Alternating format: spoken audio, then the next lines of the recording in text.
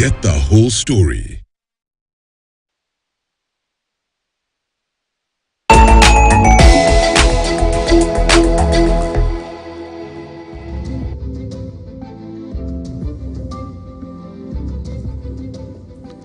Welcome back. You're watching the last bit now of Sokoni here on Morning Prime. Financial Times is holding this particular splash. Sonak urges bosses to curb their pay and look after staff. We're talking about layoffs and what is happening at some of the unicorn companies in the world that were deemed to be stable, but right now they're facing turbulence in terms of staying afloat. And we're talking about Facebook, we're talking about Twitter, we're talking about Amazon and the rest. In the country as well, we've seen a lot of companies giving profit warnings and also making those announcements that layoffs are not, of course, off the table. But how can we navigate this? He thinks that some of the CEOs should actually pare down on their salaries and look after their staff as well. And I'm just reminded of Starbucks and the CEO when they were faced with such circumstances. He called upon the staff and they came up with a happy medium that everyone, from the CEO himself, should at least pare down on their salaries in order to save jobs as well. Where do we want to focus on both sides of the coin, laying offs and not laying offs? What could we do in that particular circumstance? Of course, not everyone would want to see some of the finest employees, so to speak, that are keeping the companies afloat, going home. Can we work something around it? This is the question that is brought to bear. But I wanted just to also broach the issue, Kiprono, because this year I've not seen on the Business Daily the salaries of some of listed companies here being splashed. CEO so and so is earning this particular huge eye-popping figures. This is a requirement by law that we should have disclosure of the CEO's salaries as well. Yes, indeed. Part of the capital market, one of the advantages of listing is that the disclosures are mandatory. It is all listed companies have to provide remuneration of their executives. It has to provide details of remuneration of their board members. It is a mandatory requirement by the Capital Markets Authority. And in the same breath, the top 10 shareholders are also provided in the annual financials.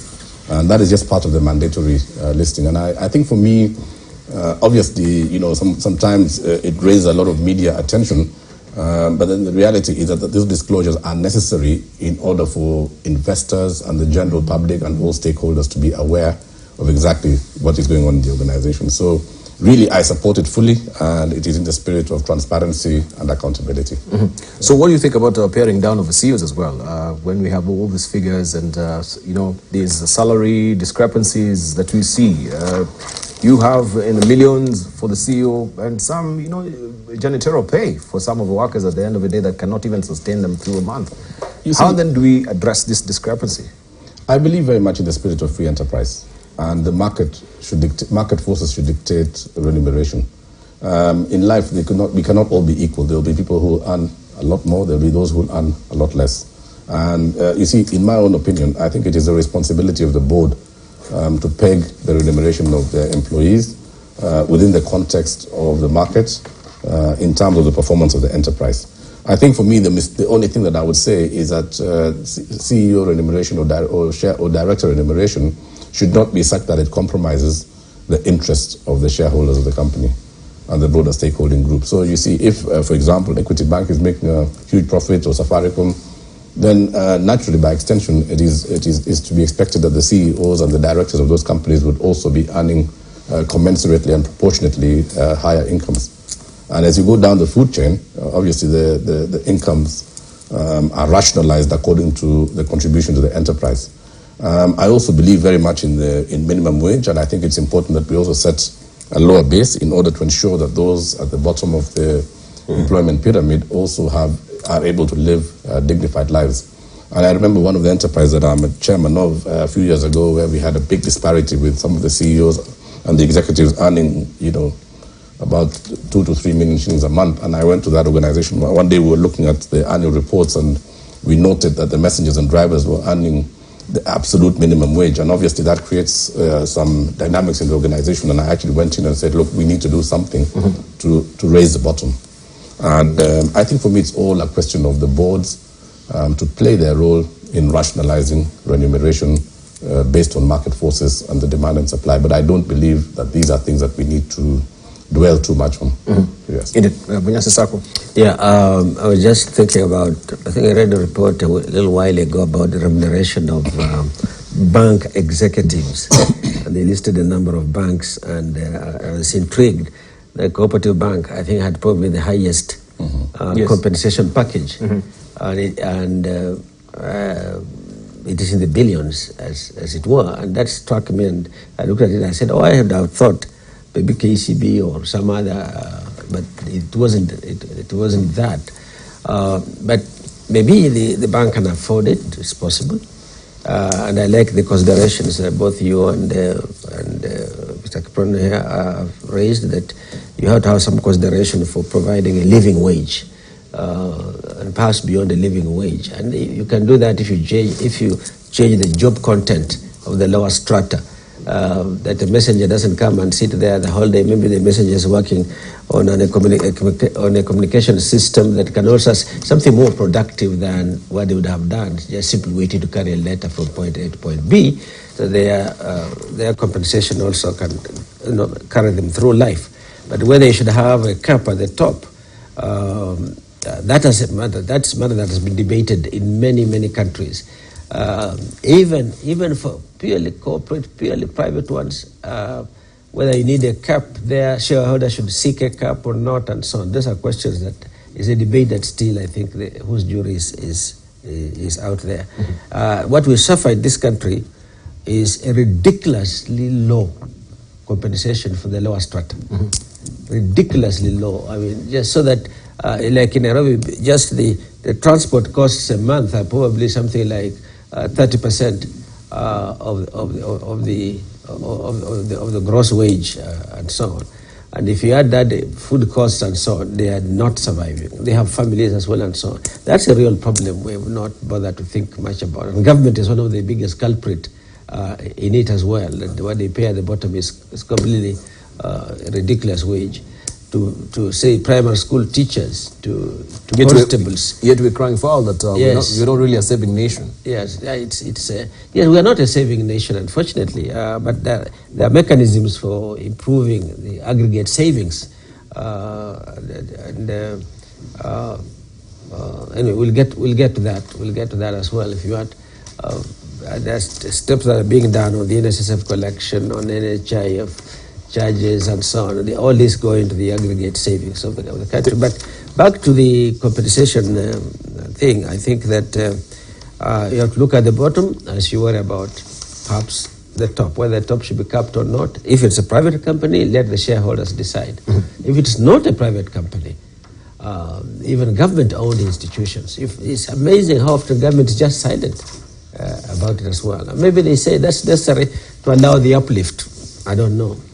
I've not seen a domestic analysis of these issues, and maybe Professor Iraqi will know something about this. I think this is a very interesting debate we're having here about how much people should be paid.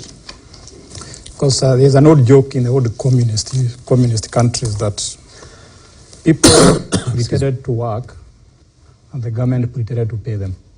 So there's a very big connection between compensation and productivity. I believe that any remuneration should always be based on how productive the person is. So I have no problem with paying a CEO 20 million per month if he can demonstrate that he is that productive.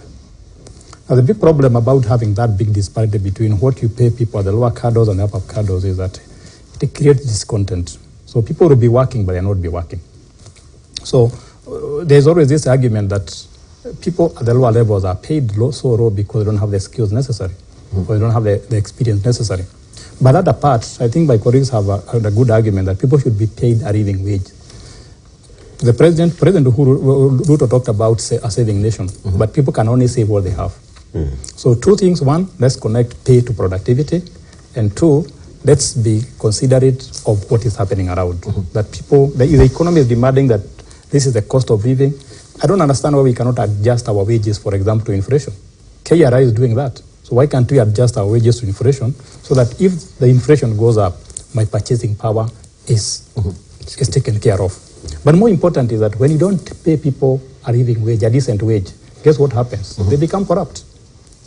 And maybe that's one reason why a lot of people in the lower cadres of the government and so on tend to be corrupt, because you don't pay them enough. So they look for an extra source of income. So we need to look at the issue of payment, not just in terms of money, but in terms of equity, the skills people have, and the fact that people want to be productive, people want to be motivated, people want to be incentivized to work harder and become more productive. All right. I'll be remiss, because we are just remaining with a few minutes, if we don't really talk about what also is on the front page of the Standard. And this is, of course, Bill Gates and his mission here in Kenya.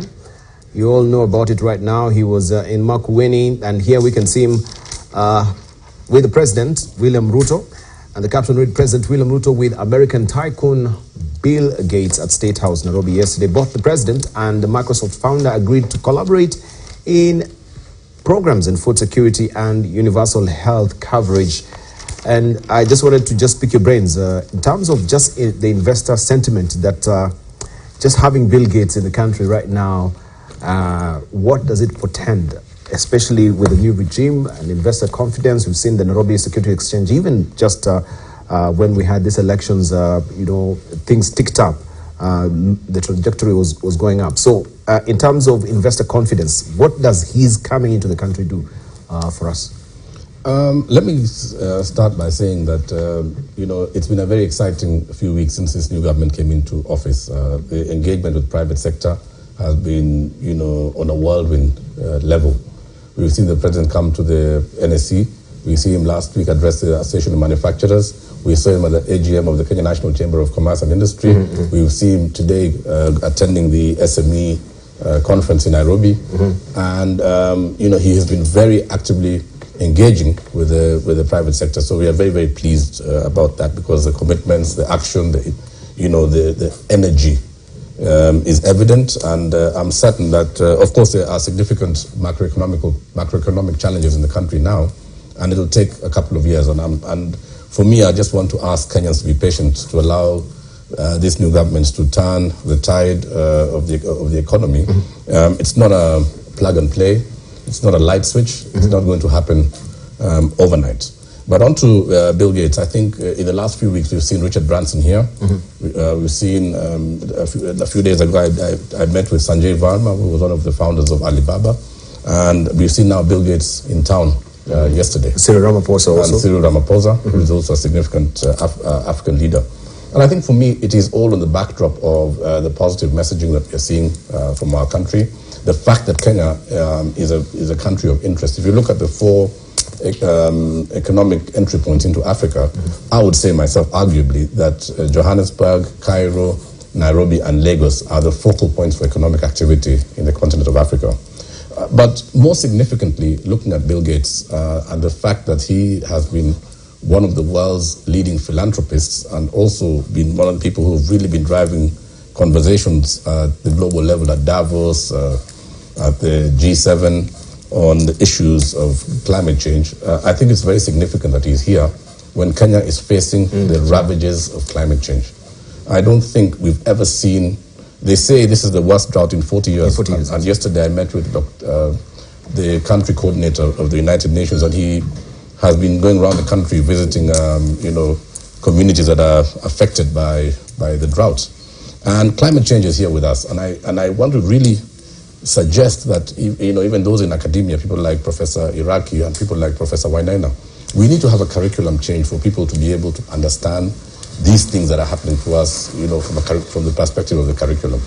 I think, you know, the time that we had thousands of people being churned out in the humanities, people with BA degrees in sociology, and I don't in any way mean to disparage them, but I think the skill sets that we need now are people who understand the issues of climate change and climate engineering, how to, you know, embrace a circular economy, people who understand digitization, and Bill Gates are people who are in that ecosystem, artificial intelligence and the way that's going to impact the way that we work, agriculture and agro-processing, and you know, we've got to move out of rain-fed agriculture to climate-friendly agriculture. We need to be able to do manufacturing, to be able to take advantage of the treaties that we benefit from, the East African Community, the AFCFTA, and the other global treaties. But I think it is significant, and I think it's great that we host significant business leaders like Bill Gates in our country, and I'm sure that they don't just come here to with their wallets and their checkbooks, but they come here to also help us to be able to navigate the very serious challenges that we as a nation are facing. And at the end of the day, you'll be setting base here as well, which is a good thing in job creation in the country as well. Right, let's hear from Professor Iraqi briefly. Let me comment on what Tony has said about curriculum. I think I take that challenge, because when you look at people talking about CBC, the working paper on education, the working party on education reforms, the biggest issue people are talking about is whether junior high school should be in primary school or secondary school. I think that is missing the point. I think the biggest debate should be about the content. I don't care whether it is 844, whether it is A-level. The most important thing is, what should our kids learn? In fact, I'm suggesting that the curriculum that our kids study should be put at a referendum. So we agree on the curriculum, we put it at a referendum, because what our kids study is so important to be left to politicians to decide. On the issue of Bill Gates, he is having a public lecture at University of Nairobi today at 6 p.m. Indeed. Which I think you can get online. And the free registration. Yes, a few things impressed me about Bill Gates. One is that he dropped out of school and he started Microsoft when he was 19 years old. And we need to tell our young people that you can be an entrepreneur at any age. And two, by dropping out of school does not mean that you are useless. You can still do something. I'm not telling kids to drop out of school. But I think what makes me more exciting is that if you look at Bill Gates, he became an entrepreneur after dropping from Harvard. In Kenya, we tell these students, we are going to be entrepreneurs. And one way to turn this country around is the day I see that A student in KCPE, that A student in KCSE saying, my dream is not to be a doctor or a neurosurgeon, but to be an entrepreneur. Because entrepreneurship needs a lot of brains. There's one here. So I think Bill Gates is setting a very good example. And more important is he has come to visit this country. And we have this habit of believing that outsiders can see opportunities better than us. So why don't we see those opportunities ourselves? I'll take you area what I told Kip that we need to have Kenyans going out of the country, buying shares there. Why do we find it hard to go across the counties? You move from Makueni to Nyandara or to somewhere else and invest there. Why are we not having Kenyans going across the East African region? The same way Bill Gates is going to State House. If I went to Uganda today and I declare myself an entrepreneur, would I have a meeting with Museveni? Would I have a meeting with the Suluhu if I went to Tanzania? So I think we need to also to believe in ourselves that it's not only other people who can be entrepreneurs, we can also be entrepreneurs, and at any age. There's an A student here who actually said he will not get employed. Very good. And he's never been employed. No, and he has created tremendous employment. Thanks, Kip. Thank you. He told me not to tell you. What's wrong with this young man here? Can I declare? Because you're telling him to actually be employed. I was trying to drill that calculus to him that he can get employed. The problem is he supervised me but never told me that. I will not be here. But I think we should declare him. I think Kiprono challenged, Professor. He did. Never challenged Professor. I still remember Kiprono was that education, that down from downstairs, tutorial rooms. Yeah. And that Fantech, your friend Duba or Daba, yes. People who go there and they make But before I forget, I think we're supposed to be winding up. What Kip said about many entrepreneurs coming to hear Richard Branson and others is very important, because they are seeing Kenya as a virgin territory. But Kenyans should also see it as a place where you can do business. You don't need to run away to Middle East and suffer there. There are a lot of opportunities in this country. Right, Prof, we are supposed to be winding up. Yeah, you left your court. Come again. Yeah. I think I like briefly what he did. It's unfortunate, and I will say this: it's unfortunate when he talked about COVID in Africa. I think that was not in good taste. But I like he came, and interesting, he went to Makueni. And I think that says a lot, in the sense that the narrative of this country, the wealth creation of this country, belongs to the counties. And I think even before he saw the president, that's why he went. And I think it's interesting. My first assignment, I'm teaching a PhD class, statistics. The first assignment is a cartoon, where we had Mzee Jomo Kenyatta, we had Moi, we had Kibaki, we had Uhuru, and Ruto. 27th of September this year. And the current president said, this is the last thing we are doing. And I told the student, what is this the president is telling us? What is the last thing we do? And that's where I think we need to plug in with people like Bill Gates. Thank you. so that we turn the narrative of this country. Right, thank you. Bunyasi Sakwa. Yeah, I think the symbolism of having Bill Gates choose Kenya to come and visit Kenya has been after 12 years. I think it's very significant. I personally, I've never been enthusiastic about the example of dropouts who have succeeded. If you take the ratio of students who succeed and have been dropouts, very small. It's never. You drop out when you know what you want to do. Yes, and secondly, they also attended to people who have some life support and so on, and they do that. So I don't think it's going to be the best example to, you can succeed without working in government. That may be the entrepreneurship line is probably very powerful. And I don't think we should force all of this in school systems. School systems should teach literacy, numeracy, and critical thinking. Indeed. The rest of it, people are going to figure out in their own circumstances as it is. Thank you. And a quick one, I don't want to let this pass. Mr. Krono's reference to churning out all this BA in sociology and so on. One problem we have got, even in East African Federation, we do not understand our sociology. We do not know the things that We make share us that tick. with you. Yes. So I really think that we should allow this to expand. Let people do what they like to do, and they can change somewhere in life if it doesn't work. Thank you. Kiprao Kitoi, your headline thoughts? For me, I just say that we are living in very difficult times, and adverse situations require adverse solutions. So I think for me, it's always enjoyable to be in this show, to exchange ideas. But more importantly, I mean, talk is cheap. We need to get out there, fold our sleeves, and do what we have to do to move the dial. And I think I just wanted to commend the new regime. I think they're moving very fast, and I think it's our responsibility as a country. Let's keep in tandem. Yes, and I really do wish that we would be a country. I mean, it's also, I really hope that the opposition will rise to the occasion to create sufficient checks and balances. But we need to be a country where politics is practiced after 5 years. In the meantime, let's get down to the business of building our nation. Thank you. Thank you. Gentlemen, I really do appreciate. And of course, that has been a very cogent discussion that we've had on a raft of issues as well. And still, as we're winding up, I would like my director just to put up back that particular picture of Bill Gates and Dr. William Ruto. And I'm reminded one of our panelists here, who is a professor as well, not today, was a classmate with Bill Gates. And Bill Gates one day walked up to him with the idea of Microsoft. And he said, would you mind buying some shares of this big idea that will be one of the leading companies in the world? But the